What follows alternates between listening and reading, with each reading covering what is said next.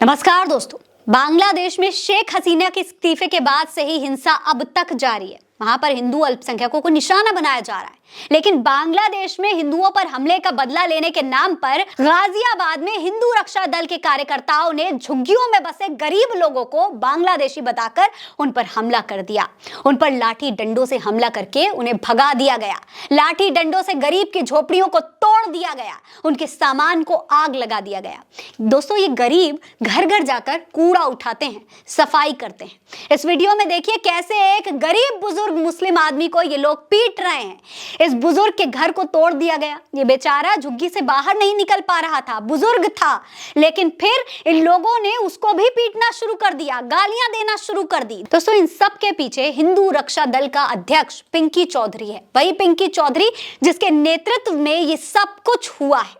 Police इस गुंडे को पहले भी कई बार केसों में लामबंद कर चुकी है, पर कभी भी ढंग से कोई कार्रवाई नहीं हुई। दोस्तों, इन्हें देखकर लग रहा है कि जैसे इन्हें मुसलमानों पर हमला करने का भड़ास निकालने का कोई बहाना चाहिए था। बांग्लादेश ने वो बहाना दे दिया और अब ये लोग इस तरीके से गरीब मुसलमानों पर अपनी खुन्नस निकाल रहे हैं। दोस्तों, नाराजगी समझ में आती है, हिंदुओं पर हिंसा की चिंता भी समझ में आती है। उनके लिए आप आवाज उठा सकते हैं, उनके लिए डोनेशन कर सकते हैं, चैरिटेबल फंड्स शुरू कर सकते हैं, मदद भेज सकते हैं। मगर बहुत ज्यादा है अगर चिंता आपको, तो जाइए बांग्लादेश जाकर उनको बचाइए, उनकी मदद करिए। कानून हाथ में लेने का हक किसने दे दिया?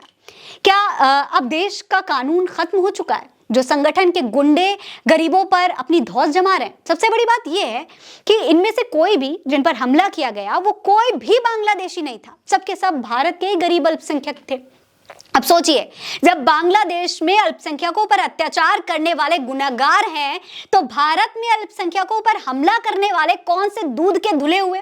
वो भी तो गुनहगार ही हुए। क्या सरकार इन गुंडों को लाइसेंस दे रही है कि ये गुंडे किसी को भी बांग्लादेशी बताकर उन पर हमला कर सकते हैं? दोस्तों, हाल ही में प्रधानमंत्री नरेंद्र मोदी ने बांग्लादेश के अल्पसंख्यकों की सुरक्षा की मांग की थी, लेकिन सवाल यह है कि आप अपने देश के अल्पसंख्यकों की कितनी सुरक्षा कर पा रहे हैं? ये गुंडे खुलेआम भारत के अल्पसंख्यकों को निशाना बना रहे हैं। अब जनता गाजियाबाद के मामले पर किस तरीके से प्रधानमंत्री नरेंद्र मोदी से सवाल पूछ रही है, किस तरीके से इस घटना पर चिंता जाहिर की जा रही है, आपको वो भी देख लेना चाहिए। देखिए, कांग्रेस के राष्ट्रीय प्रवक्ता सुरेंद्र राजपूत लिखते हैं कि भाजपा सरकार में सबका साथ। भाजपा वालों, औकात हो तो बांग्लादेश में जाकर लड़ो। यहाँ गरीबों की झुग्गी झोपड़ी तोड़कर कौन सी मर्दानगी दिखा रहे हो? इमरान प्रतापगढ़ी हैं कांग्रेस के नेता। ये लिखते हैं कि गाजियाबाद में झुग्गी झोपड़ी लगाकर शाहजहांपुर यूपी के कुछ गरीब परिवार रहते हैं। इस मौसम में उनकी झुग्गियों पर लाठियां बरसाते और धर्म सूचक गालियां देने वालों को पहचान लीजिए। भारतीय नागरिकों को बांग्लादेशी बताकर पीटने वाले, उनकी झुग्गियों को आग के हवाले करने वाले इन आतंकियों पर क्या कार्रवाई करेगी सरकार? क्या यही है कानून व्यवस्था? क्या पुलिस का डर खत्म हो चुका है इनके मन से? दोस्तों, वाजिद खान नाम के एक यूजर लिखते हैं कि गाजियाबाद में झुग्गी बस्ती पर बांग्लादेशी होने के आरोप लगाकर हिस्ट्री शीटर पिंकी चौधरी ने अपने साथ गुंडों को ले जाकर हमला कर दिया।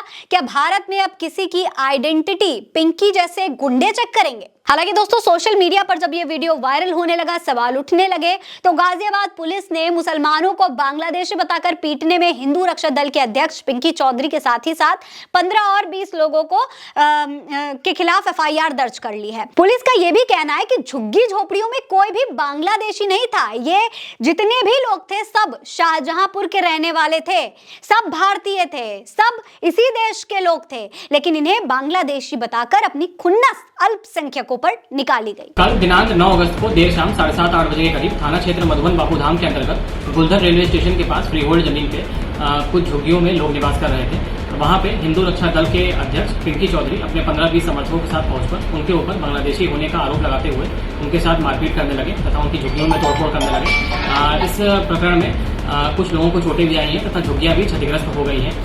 उक्त पूरे प्रकरण में जांच के दौरान ये भी तथ्य संज्ञान में आया कि रह रहे लोग, निवास कर रहे लोग में से कोई भी बांग्लादेशी नहीं था।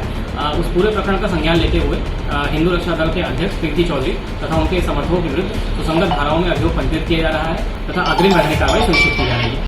हालांकि देखना यह है कि अब इस पर कार्रवाई क्या होगी। दोस्तों, ये गुंडे हिंदुस्तान का बदला लेने के नाम पर गरीबों को, मुसलमानों पर हमला करके कहीं ना कहीं आग में घी डालने का काम कर रहे हैं। सोचिए जरा, अगर बांग्लादेश की घटना के लिए भारत के नफरती चिंटू ऐसे हमला कर सकते हैं तो बांग्लादेश में भी तो नफरती चिंटू रहते हैं, वहां पर तो पहले से ही माहौल खराब है।